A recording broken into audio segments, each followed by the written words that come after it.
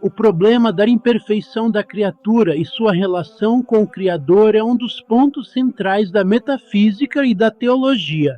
Se Deus, sendo ser absoluto e perfeito, fosse criar algo absolutamente perfeito, ele não criaria nada além de si mesmo, pois a perfeição absoluta já está em ele. A criatura, por sua própria natureza, deve ser limitada, pois ela recebe o ser de outro, e ser dependente é, em certo sentido, ser imperfeito. Entretanto, essa limitação não significa que o Criador tenha falhado ou se restringido ao criar. Quem pode 10, ao fazer 5, não se limita. A potência de um ser não diminui porque ele opta por criar algo dentro de uma determinada medida. Assim como o escritor, que pode escrever um livro inteiro ao escrever apenas uma página, não perde sua capacidade de escrever. Deus, ao criar o mundo e suas criaturas, não reduz sua perfeição nem sua potência. Ele simplesmente cria conforme sua vontade. A questão de Satã e sua rebelião é um dos temas mais enigmáticos do pensamento religioso e simbólico. Ele era a criatura mais elevada, possuidora de um grau de perfeição maior do que qualquer outro ser criado. Mas ao tomar consciência de sua própria perfeição, ao perceber sua grandeza, caiu no erro do orgulho. Esse orgulho, que simbolicamente representa a vontade de ser idêntico ao Criador, não é apenas um erro de julgamento, mas uma inversão da ordem natural do ser. É a criatura que, ao tomar consciência de si mesma, deseja afirmar sua total autonomia, esquecendo-se de sua dependência do Ser Supremo. Esse pecado original dos anjos caídos não se trata apenas de uma desobediência, mas de um desejo de autodivinização, de um rompimento com a ordem estabelecida. E essa revolta primordial tem ecos profundos na própria história da humanidade. O desejo de autonomia absoluta, o desejo de ser como Deus, percorre toda a trajetória do pensamento e das civilizações, manifestando-se nas diversas formas de materialismo, racionalismo absoluto e niilismo. No entanto, há uma diferença fundamental entre a perfeição da criatura e a perfeição do Criador. A unidade de Deus é absoluta e inerente à sua natureza. Já a unidade da criatura é contingente, pode ser ameaçada, pode se dissolver. Quando a criatura tenta afirmar sua própria unidade em oposição ao Criador, ela se fragmenta. O que parece ser uma afirmação de força, na verdade, leva à sua própria dissolução. Esse é o destino de toda criatura que busca a plenitude em si mesma, sem reconhecer sua ligação com a fonte de seu próprio ser. O conhecimento de si mesmo, pregado por Sócrates e pelos pitagóricos antes dele, não é apenas um convite à introspecção psicológica, mas uma necessidade para que o homem compreenda sua posição no universo. Para os pitagóricos, conhecer-se era o primeiro passo para ordenar a própria alma e, consequentemente, ordenar a sociedade. Sócrates, sendo um iniciado nos mistérios pitagóricos, levou essa máxima adiante, desenvolvendo o método dialético para despertar nos homens a consciência de sua própria ignorância e guiá-los à verdade. Se formos analisar o problema da racionalidade e da irracionalidade, perceberemos que a consciência humana é um campo de batalha entre essas duas forças. A razão busca ordenar, dar sentido, estruturar. A irracionalidade, por sua vez, é uma força primordial que se manifesta nos instintos, nas emoções, nas paixões. O equilíbrio entre esses dois elementos é fundamental para a construção de uma civilização que não se perca nem no puro intelectualismo, nem no puro emocionalismo. Quando falamos da transcendência contida na imanência, estamos nos referindo ao fato de que o homem, mesmo sendo um ser finito, traz dentro de si um vestígio do infinito. Há algo no homem que o impulsiona para além de si mesmo, que o faz buscar algo maior.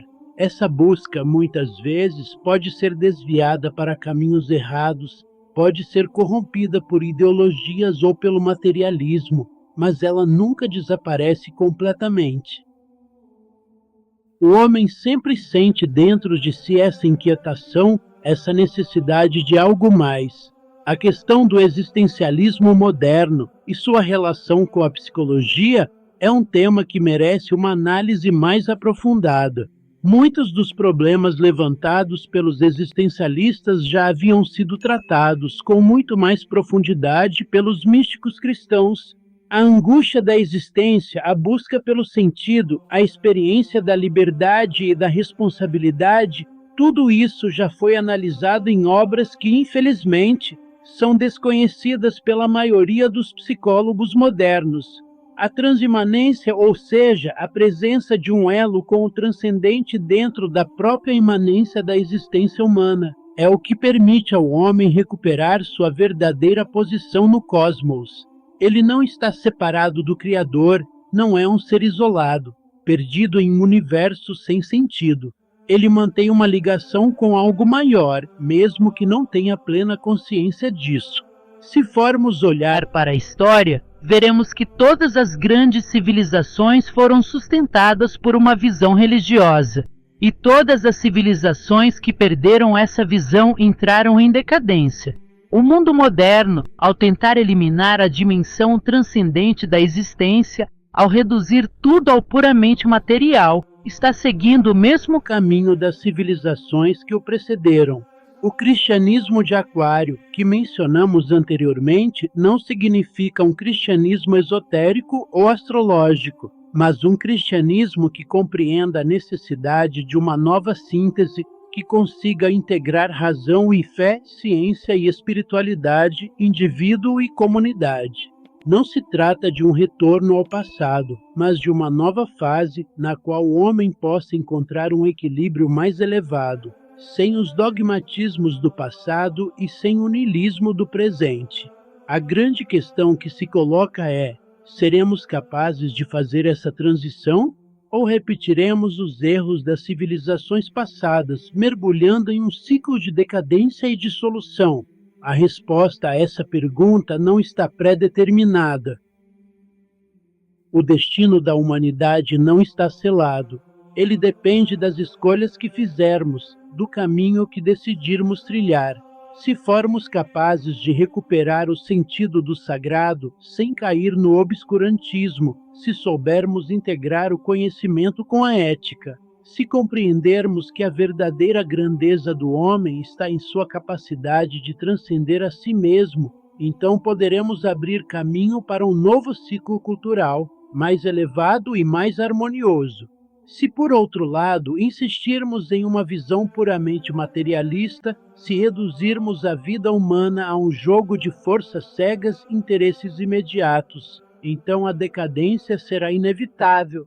O problema do orgulho, que será tratado em nossa próxima reunião, é um dos aspectos mais centrais dessa questão, pois é ele que leva à queda, tanto dos indivíduos quanto das civilizações. Mas a queda não é o destino necessário do homem.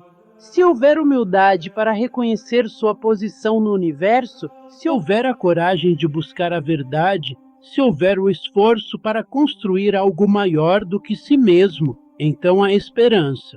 O homem pode escolher entre a ascensão e a queda. O caminho está diante de nós. Que saibamos escolher com sabedoria.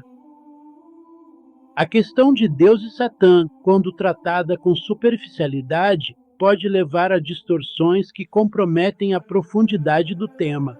O que não se pode admitir é que esse problema seja abordado de maneira leviana, com ironias ou interpretações primárias que não fazem jus à complexidade da questão.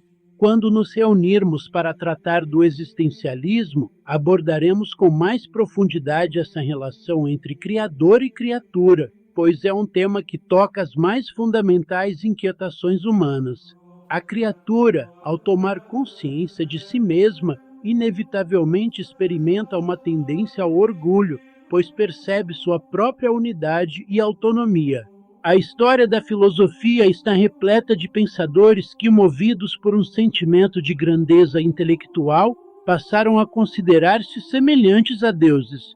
Essa tendência reforça a ideia da semelhança entre o ser humano e o Criador, um conceito central na tradição metafísica cristã e platônica.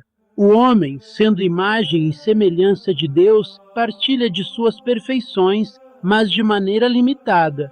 Ele não possui a totalidade do ser divino, mas apenas uma fração dessas qualidades, pois ser criatura é, por definição, ser limitado. A palavra participação é essencial para entendermos essa relação. O termo, derivado do latim partem capere, significa captar uma parte. Ou seja, a criatura capta apenas uma parte das perfeições divinas, dentro de suas limitações estruturais.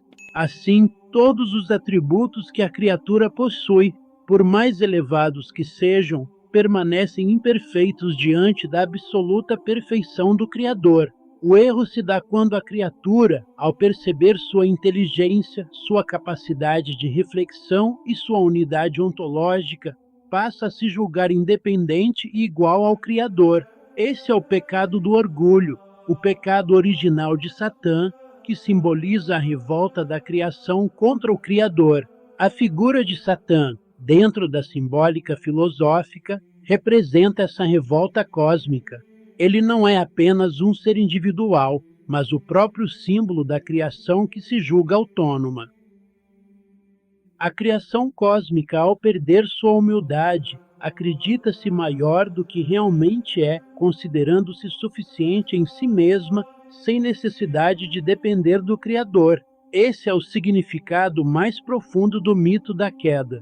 Ele não é apenas um relato mitológico, mas um símbolo da tensão fundamental entre a criatura e sua origem. Agora, se alguém deseja interpretar Satã como uma entidade pessoal, um ser consciente e distinto, essa é uma questão de fé e pertence ao domínio da teologia, não da filosofia.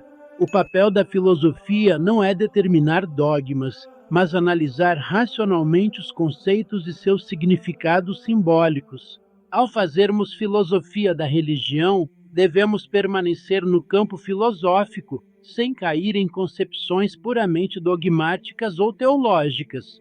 Portanto, dentro de uma perspectiva filosófica, Satã deve ser compreendido como símbolo da criação que se afasta de sua fonte original, que perde a consciência de sua dependência e tenta afirmar-se como algo absoluto. Esse afastamento gera um desequilíbrio ontológico, pois a criatura jamais poderá tornar-se autossuficiente. É esse mesmo orgulho que levou à queda de diversas civilizações, de grandes intelectuais e de movimentos que buscaram construir um mundo sem referência ao transcendente. Se examinarmos a história do pensamento humano, veremos que essa revolta contra a ordem do ser manifesta-se de diversas formas. O racionalismo extremo, que busca negar qualquer transcendência e se basear apenas na imanência do mundo sensível, é uma dessas expressões. O niilismo, que rejeita qualquer valor absoluto e reduz tudo a uma perspectiva relativista, é outra. Ambos são, de certa maneira, versões modernas da revolta de Satã. Aqueles que insistem em interpretar Satã de forma simplista como uma figura caricatural acabam por reduzir um tema profundo a um mero símbolo popular. Essa visão primária não faz justiça à complexidade do problema. Satã não é apenas um personagem de narrativas religiosas, mas a própria imagem do ser humano que se distancia de sua origem transcendente. Ele simboliza a luta interna do homem contra si mesmo, sua recusa em aceitar sua condição de criatura e sua busca por uma independência impossível. No entanto, essa revolta não leva à liberdade, mas sim à destruição. Ao tentar afirmar-se como absoluto, o ser contingente entra em crise. Ele perde sua referência, perde sua estrutura interna e acaba por dissolver-se. Esse é o destino inevitável de qualquer civilização, ideologia ou indivíduo que tenta construir-se sobre a negação da transcendência. O homem, ao afastar-se de Deus, não se torna mais forte, mas mais frágil. Ele se expõe ao caos, à anarquia interior e ao vazio existencial. É por isso que a questão da humildade é essencial. A humildade não é uma negação do valor humano, mas a aceitação da verdadeira condição do homem. Ser humilde não significa ser fraco, mas reconhecer que a força do homem não está em sua autossuficiência, mas em sua relação com o transcendente. A verdadeira grandeza do ser humano está em sua capacidade de se elevar, de buscar o que está além de si mesmo, de compreender que sua existência tem um sentido maior. Essas questões serão aprofundadas quando tratarmos do existencialismo, pois a filosofia existencialista, em sua forma mais séria, também lida com esse conflito entre o finito e o infinito, entre a imanência e a transcendência. O que não se pode é reduzir esse problema a uma visão simplista, sem a devida reflexão. Que possamos, então, abordar esse tema com a seriedade que ele merece, sem cair em superficialidades ou em preconceitos filosóficos. O que está em jogo aqui não é apenas uma questão teórica, mas o próprio destino do homem e sua relação com o sentido da existência.